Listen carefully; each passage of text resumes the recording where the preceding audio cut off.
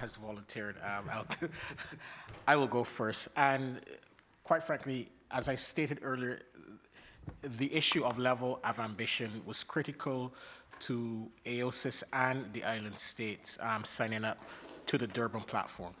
Um, the Durban platform acknowledged that there was an ambition gap, defined as the gap between the aggregate pledges that are on the table, the Copenhagen and Cancun pledges, and what is required by the science to hold the temperature increase to below 2 degrees Celsius, or as the Durban platform, even the more ambitious 1.5 degrees Celsius goal advocated by over 100 vulnerable developing countries.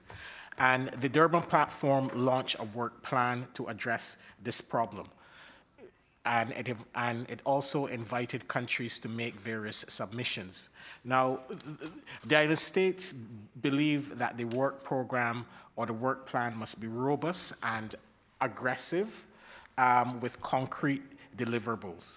It should involve countries clarifying the pledges that they have made and provide opportunities for these countries to explain the rationale, approaches, the conditionalities attached to many of these pledges through a facilitative and collaborative setting within the convention. In terms of expectations at COP18, we also believe that we should allow countries who would like to raise their level of ambition in terms of the pledges that have been already put on the table to do so.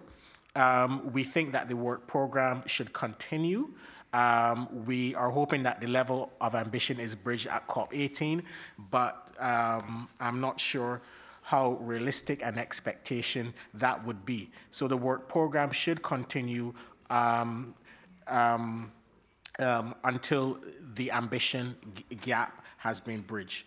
Now, UNEP in its gap report published at the end of last year identified a number of possible options to bring us to an increased level of ambition and to help us bridge that ambition gap.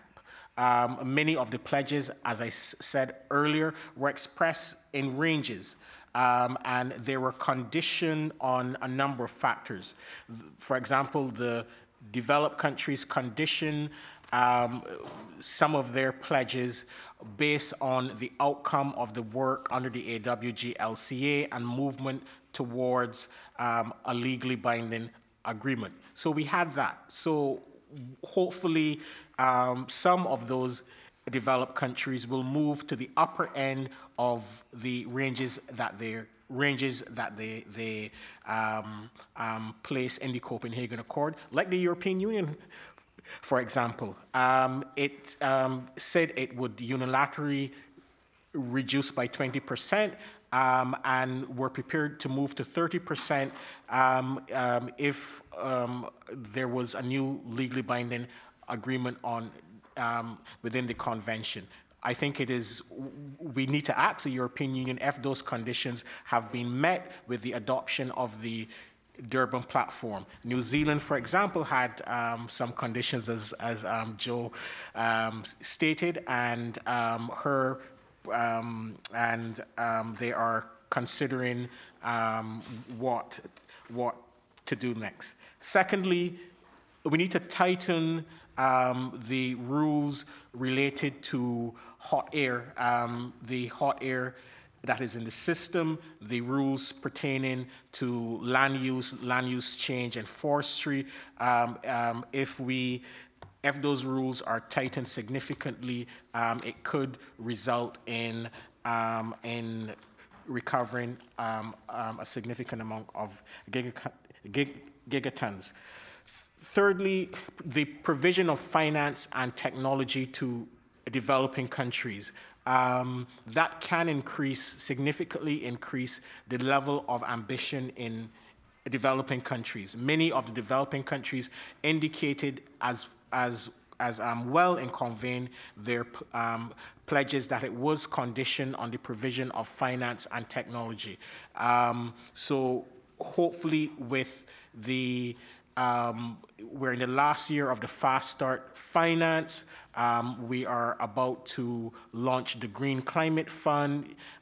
So hopefully there will be an increased focus on the provision of finance and technology transfer and capacity building to assist developing countries in raising their level of ambition as it relates to their national appropriate mitigation actions. And finally, international initiatives such as the Secretary General's Energy for All initiative, which involves energy access, a voluntary target for renewable energy, and a voluntary target for global target for energy efficiency.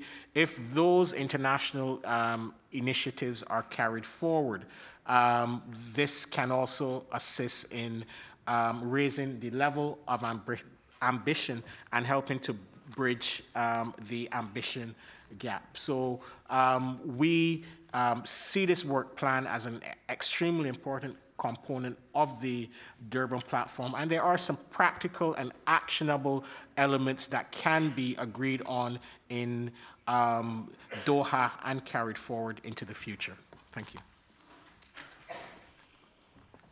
Thank you. Ambassador Tindall, please. There are clearly a large number of ideas for dealing with ambition. The UNFCCC is the central institution in relation to climate change, but I think we should remember that it doesn't have a monopoly on facilitating and catalysing further action. I think that we really need, in our sometimes enclosed little climate change world, to think also and take account of what's happening outside and encourage dialogue with the private sector, with international think tanks, which are coming up with some useful and innovative suggestions. I just want to mention 5 things that we can practically do to encourage increased ambition. You know, they are very much based on the reality of what we've got. First, I think it's absolutely essential to bed in the new UNFCCC processes that we have and support them well. They include the provision of biennial reports. Getting that information in will be very important in terms of confidence building, and it does, I think, if you are reporting, incentivise you as a country to meet the pledges or the commitments that you have on the table, and hopefully to increase them. When you've got improved reporting, you can then much better share ideas about best practice, what works in terms of policy options to respond to climate change. And also under the heading of bedding in new processes, and this is extremely important, I think, in any political environment back home. It's important to see what others are doing through their reporting into the UNFCCC, because that helps build domestic support for action on climate change. The second thing we can do is noting that there are new policies being put in place and in many countries around the world. We need to give those a chance to bed in. And once you've got strong domestic policies in place, it's possible to adjust them, to turn the dial, if you like, so that you can increase ambition that way. The third thing I want to highlight is cooperation in areas of research, science, technology, innovation. And one example there is an initiative supported by New Zealand, the Global Research Alliance on greenhouse gas, agricultural greenhouse gas emissions. And that initiative has more than 30 countries participating, and it's looking at supporting research so that we can grow more food and climate-resilient food systems without growing greenhouse gas emissions. Fourth thing is actions in specific sectors. The G20 has been talking about cooperation to reduce or remove inefficient fossil fuel subsidies. That would be an important and significant contributor to mitigation over the longer term. The OECD and the IEA have calculated that removing those subsidies could reduce global carbon dioxide emissions by up to 10% by 2050. And finally, in terms of ambition, I think that the carbon markets are extremely important. If we can build confidence in carbon markets, that can lead to increased ambition and also encourage more private financial flows to developing countries. Thank you. I have a very small issue on how to increase the ambition in our country. I think if we follow the Nishimura's speech, Mr. Nishimura's speech, I am sure that we can find out the path. He said that there are some polluters. I don't want to mention the name of the polluters, but you know who are the polluters. If the polluters contribute to the developing countries, then I think the ambition level will increase, definitely. Thank you very much.